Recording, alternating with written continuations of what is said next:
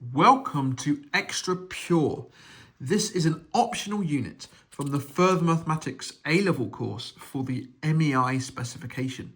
But the topics in this course may be of benefit to students not studying the MEI specification. So what I'm going to do in this video, very briefly talk about the four sections of this optional unit, Extra Pure, and then you can delve into as much as you need. So Extra Pure is made up of 4 chapters. Now these 4 chapters don't interfere with each other at all. They can be taught really in any order.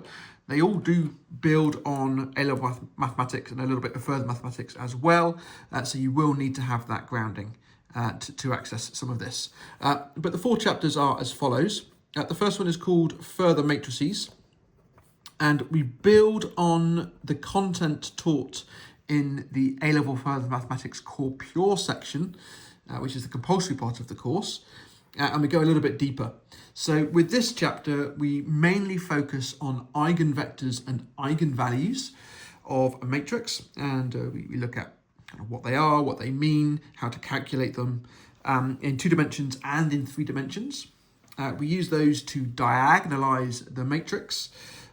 And then we also look at the Cayley-Hamilton theorem.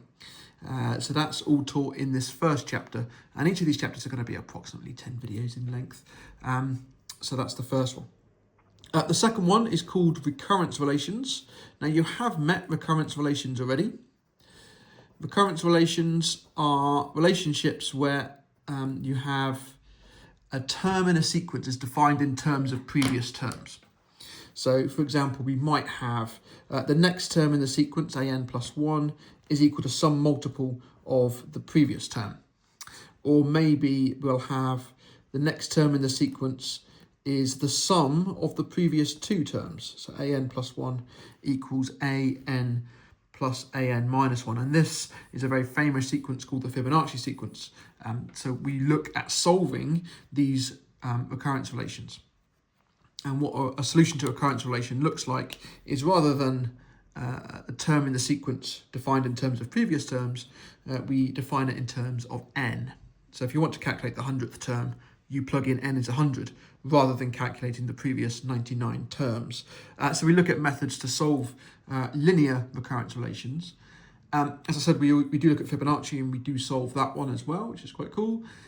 We look at something called the Tower of Hanoi and how to solve that as a recurrence relation. We do look at some trickier non-homogeneous cases as well.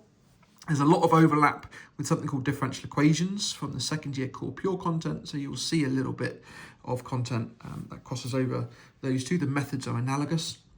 And then finally, to finish off this chapter, we do meet something which allows us to verify a solution to a recurrence relation, even if you don't know how to solve that recurrence relation. So you plug it through and show that it's true rather than solving it directly.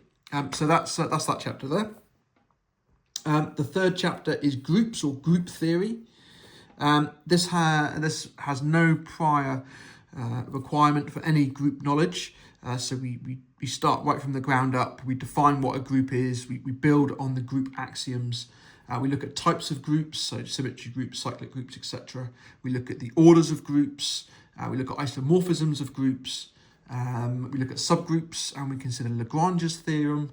And then we also look at something called modular arithmetic, which is arithmetic that's quite new at this stage. In fact, I don't think it's taught anywhere up until this point, but has lots of application in various branches of mathematics. Group theory is very, very rich in its application. It's a very interesting course. This is very much an introduction to group theory, and it is very much from a pure perspective. So there's very little application. But if you go on to study anything further, group theory is a fantastic application in a variety of different sciences. It's really, really interesting. And then finally, we finish up this course with multivariable calculus. All of the calculus done to date is single variable calculus. That is, y depends on x. There's one variable that changes and it affects the others. Multivariable calculus is where you have two or more variables affecting a third, or well, affecting another. So two or more independent variables is what we say. So we look at in 3D. We only look at 3D on this course. So, for example, Z is a function of X and Y. So this will be a general surface in three-dimensional space. We look at this, we look at sections, we look at contours, we partially differentiate, so we introduce to partial differentiation at this point. We find equations of normals to surfaces, we find the equation of the tangent plane at the surface, we look at stationary points, and then finally to finish off this course, we look at implicit definitions of surfaces. So which is where you can't make Z the subject.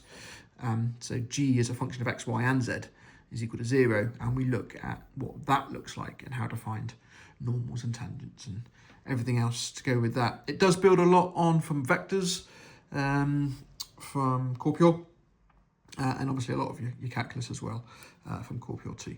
So there's lots going on in multivariable calculus, but it is quite an interesting topic, even though it's quite hard to visualize exactly what is going on. So that's the overview of the course. That's what we're going to be studying here. There's going to be, like I said, probably about 40 videos-ish. I've not planned them exactly. But yeah, stay tuned for that. It'll be coming out over the next year or so. So I'm quite excited about this module. If you have any questions, please drop them in the comments below. And I'll get back to you when I can. Thanks very much for watching, and I hope you stick around for some, if not all, of these chapters.